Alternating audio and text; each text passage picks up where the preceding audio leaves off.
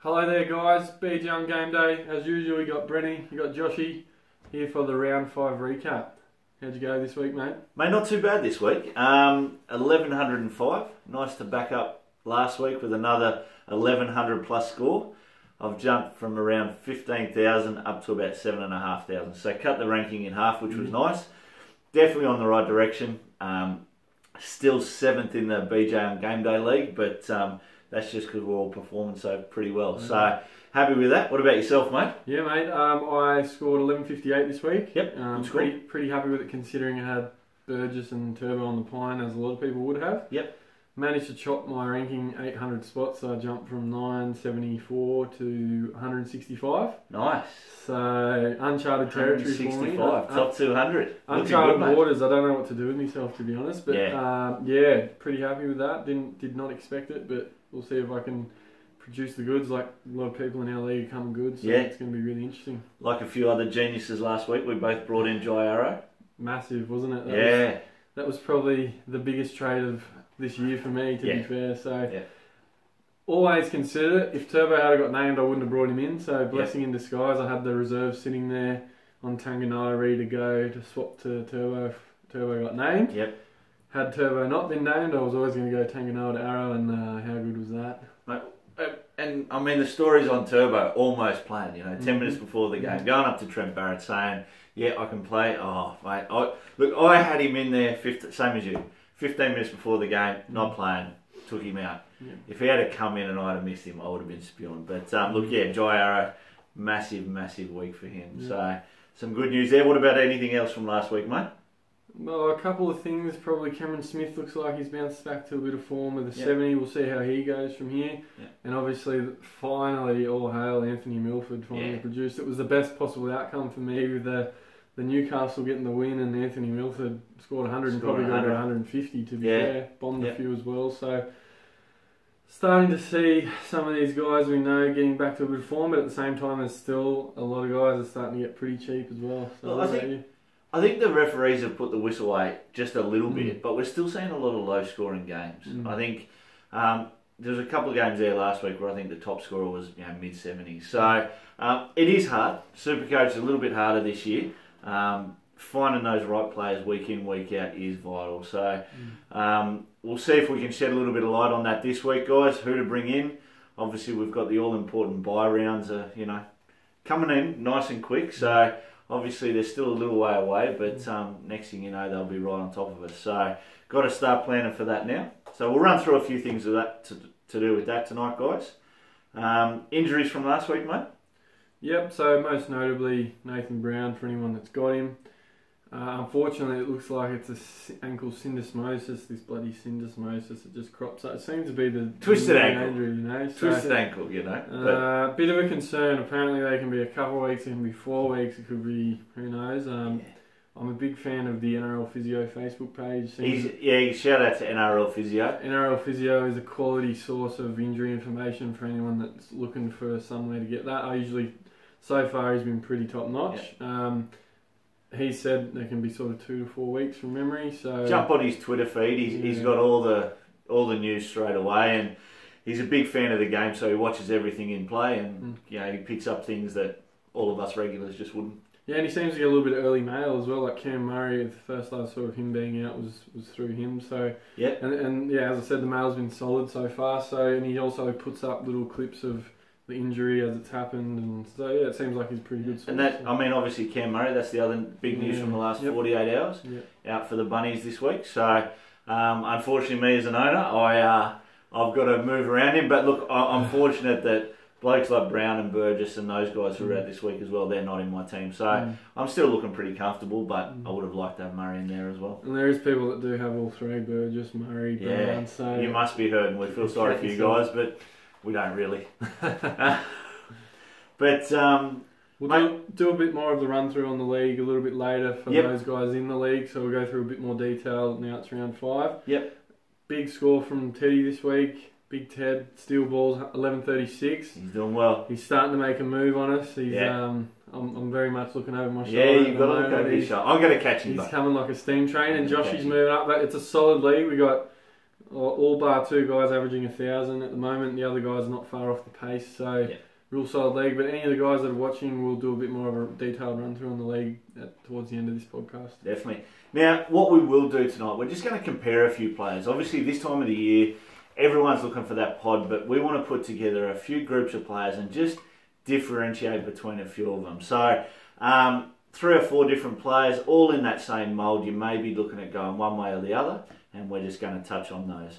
The first 3 I want to throw up for you, Brent: Andrew Fafita, Jason Taumalolo, and Paul Gallen.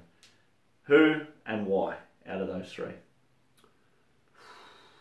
I guess I would have to say Andrew Fafita. Yep. Couple of reasons. He said he's not going to be playing Origin, so invaluable. You know he's not going to be picked. That's a certainty. He'll play round 13. He is a prop. The other guys are back rowers. There seems to be a bit more depth in the back row. Yep. And in my opinion, Lolo, he's been very iffy this year. I've kept an eye on him, but he's been very iffy. And Gal, I'm not sold on Gal right now. If I had to pick one of those right now, it'd be Fafita. All 3 play the bye week in round 13. Yep. Is it a possibility that when we get to that stage to have 17 on the park, you've got all 3 in your team? I think so. I think if you manage it well and you want a solid team, that those are guys you should be looking at. Yep. I mean, form at the moment isn't great for Taumalolo in particular, as I mentioned, so you might wait and see, but if you can pick him up for 500,000, I think that's still a good punt. He also won't play Origin, obviously being a New Zealander, so and Gal won't play Origin either. Gal, I guess, is an interesting one if you're talking about right now, because he does have a low break even. He pumped out an 80 something last week, but he had some inflated minutes, and I don't know what that was about. I didn't get to catch a lot of the games on the weekend. I was busy, so right now, if I had to pick one, I'd go for Feeder. He also had some inflated minutes on the weekend though as well. Yeah. But his offloads were what got him his big score this week. So his base was pretty much the same as what he's been doing the last few weeks. But I think he got some ungodly amount of offloads, which if you're getting 5 or 6 offloads, that's 20 plus points. I think there's a lot of Taumalolo owners out there who are hurting a little bit. Yeah, look, I haven't had him. I'm considering getting him for the bye weeks, but unless he shows something in the next 4 or 6 weeks, he'll be one I'll probably leave up until round 11 or 12 to get in. I just can't sort of go near him. I think as well, I thought his minutes might increase with McLean being out, and they didn't. Yeah. They actually didn't. So I'm not sure what's going on there. Maybe he's not fit. Maybe they're working on something behind closed doors. But yeah, that's me. What about you, mate? Yeah, look, Fafita. I share your thoughts. I'd have Fafita in there. I just think he's a little bit more dynamic at the moment than the other 2. Just looks the goods. So I'd be jumping on him. But definitely looking at all 3 come the bye weeks. Let's move on to Nathan Brown, Tohu Harris, and Sam Burgess. Again, another tough 3. We really want to try and break these players down. Nathan Brown obviously has stepped up last season into this season. A little bit of a slight hiccup now with an injury. Obviously, Sam Burgess out with the suspension at the moment, but both are due back next week, we hope. And then Tohu, who's just killing it with the Warriors. Yeah, so I guess a couple of things there. Nathan Brown will play round 13, or the Eels will. I don't know if maybe Nathan Brown's in line for an Origin jersey this year. Yep. We don't know, we can't predict the future, but possibly. I mean, the way he's playing, you couldn't rule him out, I don't think. Burgess obviously won't play Origin, and the Rabbits will play round 13. Yep. I guess the only issue with Harris is that the Warriors don't play round 13. But after round 13, he's a lock. You don't have to worry about him because he's a New Zealander as well. So right now, if I had to pick one of those 3, funnily enough, I do have all 3 of them in my team, and 2 of them are out this week. I'd still go probably Tohu. Yeah. I think the Warriors are looking really good. He's on that edge. Are we waiting for the Warriors' downfall though? I don't know, mate. I don't think so. I don't know if it's going to happen. I think there's just something has changed there, and it's not solely down to the arrival of Blake Green. Yeah. Partly maybe it's Harris. I mean, Hiku, they have actually bought quite well in the off-season, which is a bit underrated. And they always had that squad that was had a lot of potential, but just hasn't delivered. I personally am not waiting for them to collapse. Yeah. Okay. No, look, It's always in the back of the mind, just knowing their team. But this is the time of year where they actually normally start to step up. Is coming into Origin because everyone else loses their players. So, mate, but of those three, the one thing I love about Tohu is that he plays 80 minutes every week. Just on that edge, he's on SJ's edge. Look, I just think he's got more upside to him than the other two lads at the moment. Sam Burgess, I just don't think he's the same player as 2 or 3 years ago. I still think he's a great player to have in your team, and obviously Origin coverage is great, but I just don't think we're ever going to see those 90, 100 plus scores out of Sam that we used to. Mate, I want to talk about some hookers now. Obviously Cam Smith isn't having the best of seasons. A lot of people had him in from the start and that. We went the Appy Coruscant and Damien Cook route. They're two of the blokes I want to talk about, and I also want to talk about Andrew McCulloch. So, Appy Coruscant, Andrew McCulloch and Damien Cook. Andrew McCulloch doesn't play round 13, the other two do, but there is talk about both of those guys for the Blues jersey. So, look, which way do you go? Who's the right hooker to have at the moment? Forget about Origin and forget about buyers. Who's the best hooker to have at the moment? I couldn't pick one. I couldn't have just one of them. I think it's too hard of a choice to make, and I think the way to go this year is to have, if you don't have Smith, I think you want to have a couple of those guys. You had to have started with Cook for one. Yeah. If you didn't get on Cook from the start or get that first rise, you were mad. Yeah. Because that was an easy decision for you. Even if you had Havili or someone else as your other hooker, Cook had to be there. Just so happened I started with Coruscant, who's, there was a bit of an issue with his minutes a couple of weeks there, but it looks like he's getting some minutes again, and there's some rumours about his positional change and whatnot, but I didn't get to watch Manly closely on the weekend. I watched that game, and when Hastings came on, he went to dummy half. Coruscant went to 5'8", and he dropped his first ball, and he didn't look comfortable, so it may be a work in progress. So depending on where the scores go in the next couple of weeks, I think he's still going to get the 80, but I'm just not too sure what to make of it just yet. And I think the other one is McCulloch. He started the season at a 540,000 price, and his base and his attacking potential is as good as those other guys. McCulloch will make 50 tackles a game easy, and he's dangerous from dummy half. He can turn a game for Brisbane with a try from dummy half or something like that. So I don't think there's anything wrong with going a combination of those three guys, but I reckon the way to go this year is to have a couple of them. No, fair enough. And you probably needed to have them before they had, especially McCulloch. He's now worth 611k. You've sort of missed the boat. A lot of these guys have base better than a lot of forwards at the moment. And they're also offering some unreal attacking stats. So I think there's some really dangerous, interesting players at the moment. What could you pick one that you had to have if you could? Look, at this stage, I'm leaning towards McCulloch. I don't have him. I've got Damien Cook there, and I've actually got Jazz Tavanga. I brought him in last week in the reserve spot to make a bit of cash. He's a good buy. Yeah. So look, I'd pick McCulloch just because he looks the most comfortable on the field. He looks like 80 minutes never worries him. I always look at Abby Coruscant at the end of 80 minutes, and he looks like he's absolutely wrecked. Damien Cook, I just think him playing 80 takes that little bit of attacking edge away from him. We saw how good he is in attack when he had that split game with Robbie Farah. I just don't think he's got that as much. Still, he's playing great, but I think it's more about base this year than attacking stats. So for me, to be McCulloch at this stage. Let's talk about a few young back rowers. I want to talk about Lachlan Fitzgibbon, Ryan Madison, and RFM, Raymond Fatala Mariner. All three of these guys are having a good season. Where do you go with all three? They're all sort of around that 500,000 mark, or RFM's heading that way to join the other two. Do you go RFM at the moment just because he's that much cheaper? Yeah, again, it depends on the makeup of your team. I'll say it probably 1,000 more times in this episode and in the next few weeks. Depending on your buy coverage for 13, Dogs won't play 13. So he won't be there for around 13. If you're happy with how you're looking for 13, he's cheaper than, who was the first one? Lachlan Fitzgibbon. So he's a little bit cheaper. They all seem to play 80 minutes. Madison of those three is the one that's least likely to play the 80, but he'll probably play at least 60.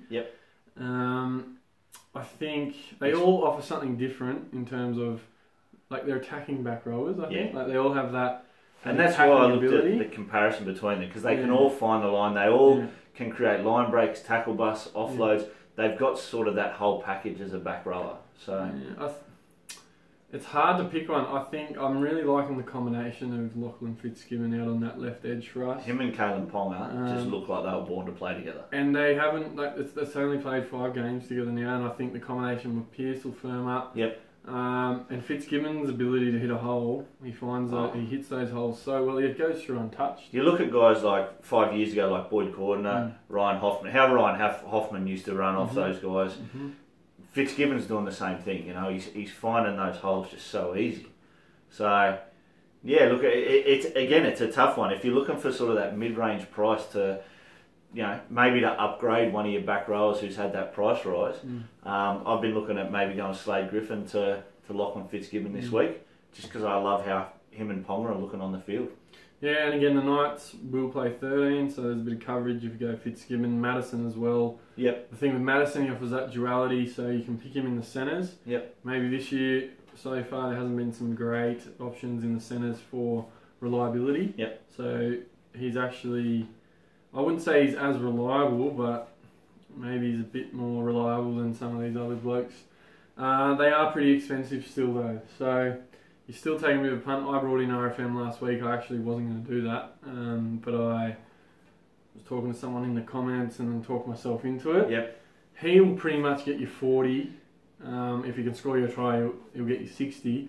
But I'm a bit concerned, I guess, in what I'm doing with him now, because if he doesn't have an attacking stat in him, he won't score much more than 40, 45 points, you know what I mean? Whereas a Fitzgibbon or a Madison do have that bit more of that base ability to sort of produce. I think that comes down to the team. I think I watched that game last week between Cam and the Bulldogs. The Bulldogs just looked that little bit lost. But you look at Madison in a Roosters outfit that can attack anywhere on the park, and it's the same with Knights now, obviously with Kalen Ponga being inside Lachlan Fitzgibbon. Fatala Mariner doesn't really have that service to him, but at the same stage, he looked great on the field. He goes looking for the ball. He's always running hard and that. So any way you go, I don't think you go too far wrong. But yeah, we'll just wait and see, I guess. Yeah, for me it was a matter of, well, he's probably still better than Merrin and he was 140k cheaper. So that was my logic in the end of it. You can't really that's how I ended up. That's how I ended up at RFM, yeah. Mate, what about the 5'8"s? Young fellas, brought themselves into first grade now. Luke Keary, Anthony Milford, Cody Walker. Obviously, Milford, a little bit of talk about whether he plays Origin or not. Form at the moment, you really can't say that he does. He doesn't play round 13, whereas Keary and Cody Walker do. But again, Keary's got a little bit of talk about Origin as well with that, Mitchell Pearce sort of combination. So, who are you a fan of there, mate? Oh, I love all three of them, to be honest. I'm a big fan of Cody Walker's. I said before the season, if you're looking for a sneaky sort of difference in the halves there, Cody Walker was a guy you could go to. Have a look at his scores. He's only had one sort of ordinary score so far this season. Yep. Keary the same. Last year I was a massive fan of Keary in that Roosters outfit. I had him for most of the season, and he's gone even better in the last few weeks. He had a slow week a couple of weeks ago, but I am looking at both Walker and Keary for round 13. Yep. Because I just think they're so dangerous, and Milford won't play 13. I've currently got Milford, but the hard thing is figuring out who the keepers are going to be. Yeah. They're guys you could bring in for 13, but is Milford not a keeper? Because if you trade Milford to one of them in 13, you're not probably going to get Milford back in. So it's going to be a big call. I don't know. Like, it's a catch-22. You want Milford to go good if you got him, but you don't want him to get picked for Origin because he won't play round 17. Yeah. So same with Cherry Evans. I got Cherry Evans. I want him to keep going good, but if he keeps going too good, he'll get picked for Origin. Won't play 13. So it's one of those. It's tough. Yeah. It's one of those things. It's just a catch-22, and it shits you. But you just have to wait and see. No one can predict the future. Yeah. The one good thing about, I guess, Milford is Queensland's depth in the halves. They have so many halves. Same with Cherry Evans, I guess. They're going to have to be playing really, really well to get a call up. But yeah, I think Keary and Walker are great options. I would probably go Walker, just because I like his style. I like his... He sort of takes the line on it a bit more, I think, than the others. Yeah. But couldn't fault anyone Look, for on the other two. Mate, I liked what I saw against the Dragons there. I only caught the sort of last 30 minutes of the game, and that was when obviously the Bunnies started to fire a little bit. He created those 2 tries at the end there. He bombed 2 plays after that, which was, in 10 minutes, rocks and diamonds, but he really looks good on the field. The South makeup just worries me. Whether Reynolds is there, whether Dewey's there, who knows? Who knows? But, I mean, Walker, we saw him last year, went awesome early on in the season and mid-season, and quietened down a bit towards the end of the season. But he looks good. He looks a little bit more solid this year. So, just a wait and see, I guess. What about trades, mate? Any thoughts on what you're going to do? Mate, I am doing the Spider-Man give. Yep. No trades this week. No trades this week? I think. I know there's a lot of talk if Osako is the man to trade this week. I think that's the bird is the word, so to speak. I am going to hold Osako. I think he's got more to offer than 110,000. And I also... I don't know, I just think he's a goal kicker. He's in that Brisbane side. Yes, he's outside of Roberts, who has sticky hands. We all know it. But I just think if they click and get it right, he's still got a bit more to offer. I know there's some people that have some other opinions on that. Break even of 41. 5 scores this year. 2 have been above that. 3 have been below it. I mean, if he produces a 50 this week, he's half and half on that break even. So I'm actually looking at no trades. I'm not sold on George Jennings to Osako to George Jennings. I know that's a big trade this week, and a lot of people are doing it, but I'm not sold on it. I think Hayne will still come back to that para side, which is just still a lot of doubt there for me. Hoffman's obviously there, he hasn't been great, but he's still someone that could be knocking on the door. I am going to not trade this week. Okay. I've got no Brown, no Burgess, so that sort of hurts. But Turbo comes back in. Turbo's back. I produced 11.58. Not no tickets on myself, but with no Burgess and no Turbo, it's similar again. I think if it ain't broke, don't fix it, sort of thing. So that's where I'm leaning. I know last week I said I would trade. I said I was going to trade Cartwright out, and I ended up not doing that. So who knows? I could change my mind. But now's the time you really got to be smart and thinking about buys and what you're doing with your trades and what your plan is.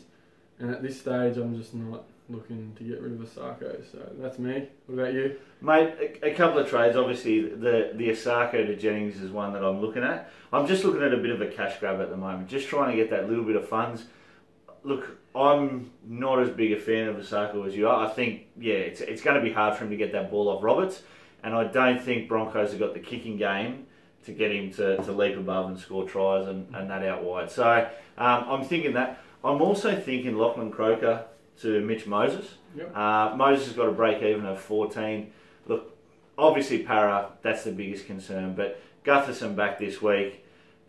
Just that few changes. I really hate that Brown's out, because I really think that Brown could have laid the platform to Para, for Para to play better with Gutherson back there as well. I know it's going to change. I know they're too good a side, Para, to do it. So it's going to change. I think this is the week to get Moses in with a break even of 14. And Lachlan Croker just can't get the minutes, and he's just sort of got nothing. So 2 that I'm definitely looking at. Not sold on either of them just yet. But it'll put me a little bit of cash in the bank, which is good. And then, I'm hoping that Jennings, if I do bring him in, can get 2, maybe 3 weeks, if we can stretch it that far, that we can make sort of 70, 80, maybe 100k out of him, and just sort of upgrade him from there. But yeah, who knows, mate? Who knows? I think it's smart at the moment, because I traded Tanganoa to Arrow. I had over 200 in the bank, but that sucked it all up. At the moment, I don't have much cash in the bank. So what's going to happen over the next 2 to 3 weeks is you're going to have all these guys that we've been talking about, like your Rapanas and your Taumalolos and those sorts of things, who are going to hit that point where they're going to get as low as they can get, and then you're going to get your guys like your Robbie Roccos, your Philip Sammies, those guys hit their peak. But there might be some guys where you do want an extra 50 or 100,000 in the bank to just grab someone in a little bit of form and hit it right. So that's my issue at the moment. I really need some cash in the bank, which I don't have, and I could pay for that, but I'm just being mindful of trades. A couple of years ago, I ran out of trades and it cost me big time. So I'm very mindful of that. I know you are. Yeah, definitely. Trigger. Your fingers must be sore, mate. I love trading. I need my fix every week, guys. I've got to bring in, put out. Yeah. So I think I could regret it, but I'm happy to just sit. There's a couple of cows like Slade Griffin. I'll wait another week. Philip Sammy might be right next week.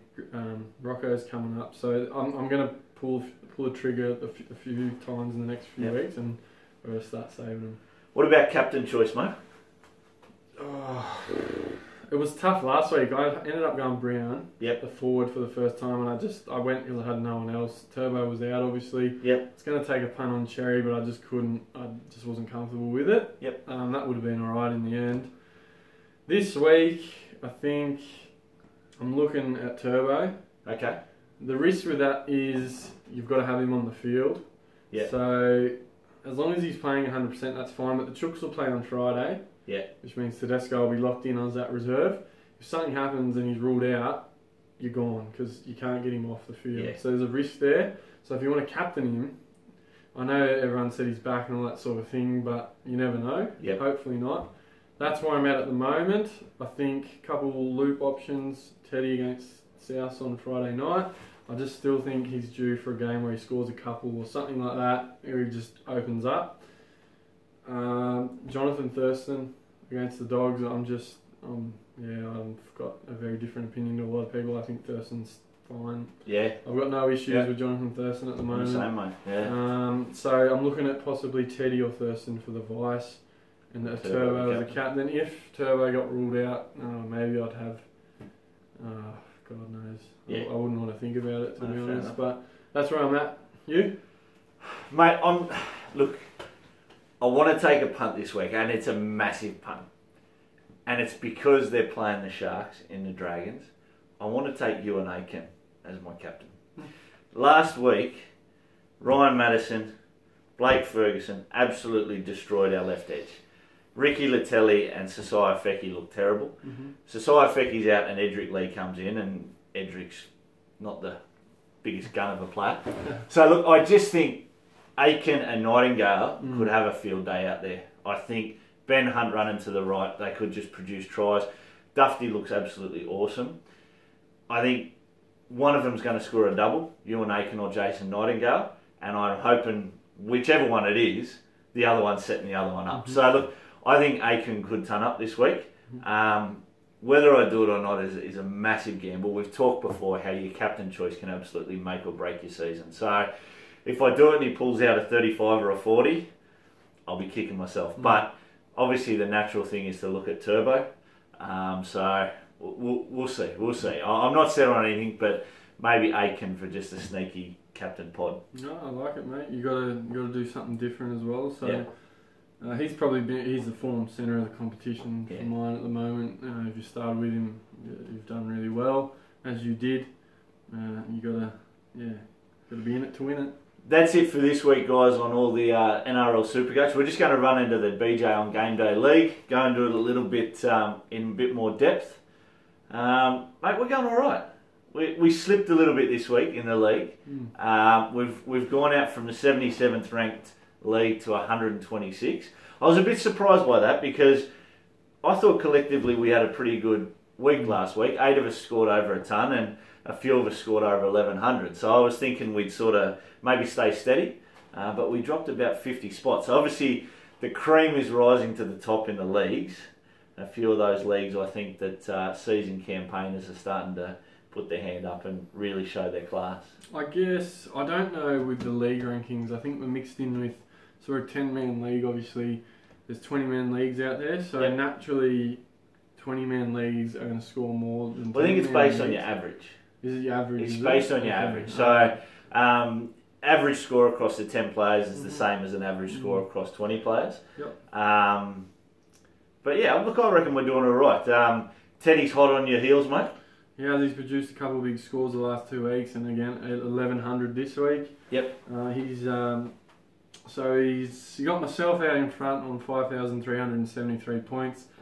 Top of the league this week, guys. Come on, I don't like talking myself up, but You're going alright, mate. You're going alright for a season campaign, mate. You're not a rookie. You should be performing and producing these scores. That being said, it was only 4 points ahead of Serenity now, Cameron. So yeah, you got myself out on 5,373 points.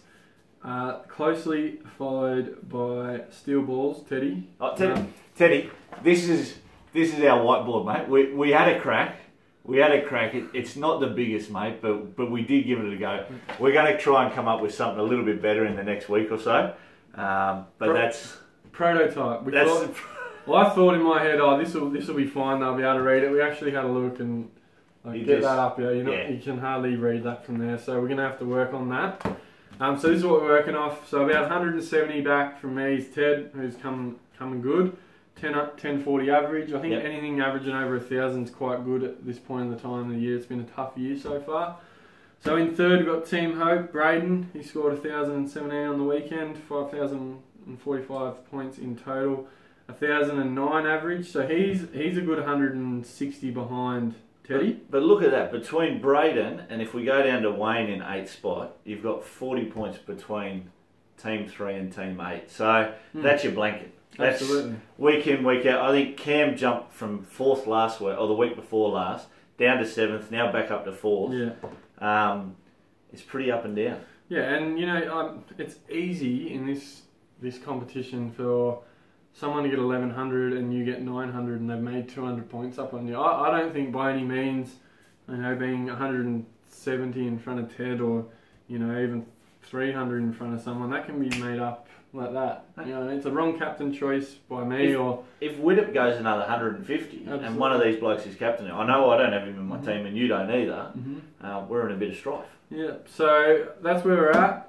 So we've got Srini now in 4th, 1154 average. As you said, there's a blanket there.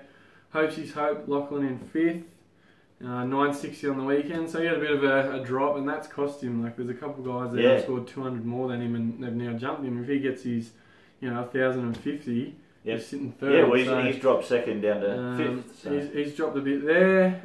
You've got Wayne Bennett, 1,074 on the weekend. A reasonable score. These scores are all reasonable. 5,031 points, 1,006 average. Yourself, Joshy, obviously 1,105 on the weekend. Back-to-back 1,100s for you, mate. It was not. I thought I'd jump up from the 7th spot, but I stayed there. So again, just a tough competition. But happy with 2 1,100s in a row, Hell's Grannies, Wayne, 1,040 last week, 5,005 points in total, 1,001 average, so he's hit it.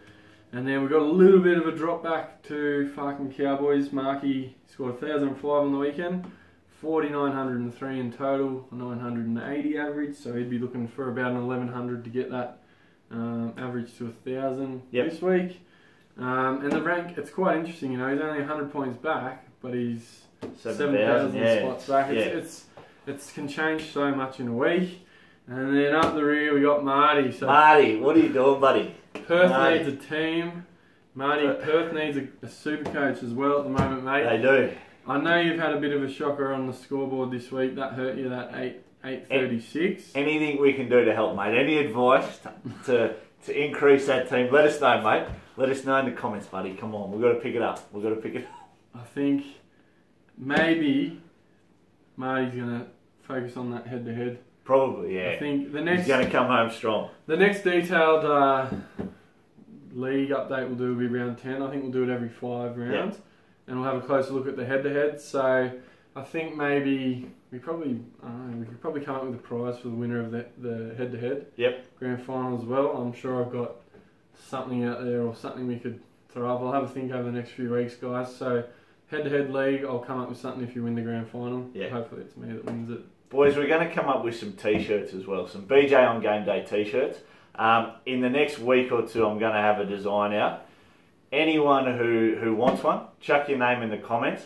I'll let you know price-wise how much they are. It's going to be somewhere between 15 and 20 bucks. So they're going to be some pretty cool t-shirts. We'll get you an image of them next week. So just write in the comments whether you want one or not, and then I can reach out to you via email or something like that. If you want to put your email in the comments, that's probably the easiest way, and we can go from there. I think we need to think about that as well. I think what we'll do in the league description, we'll put an email address to email. Yep. So anyone in the league, go and have a look in the comments. We'll dump in an email there. Get in contact with us. That'll also help us pay you if you actually knock one of us off. Yep. And yeah, I guess just cheers for all your support. Keep following our vids. Keep telling people about us. Hopefully we can get up. We're nearly around 100 subscribers now. Which, yeah, it's doing well. Who would have thought a couple of bullfeds like us? Good looking bullfeds. Yeah, true. So, thanks for all the support, and we'll keep trying to produce some good content for everyone. But I think that'll do us. Sounds good. We'll see you all next week, guys. See you guys. Cheers.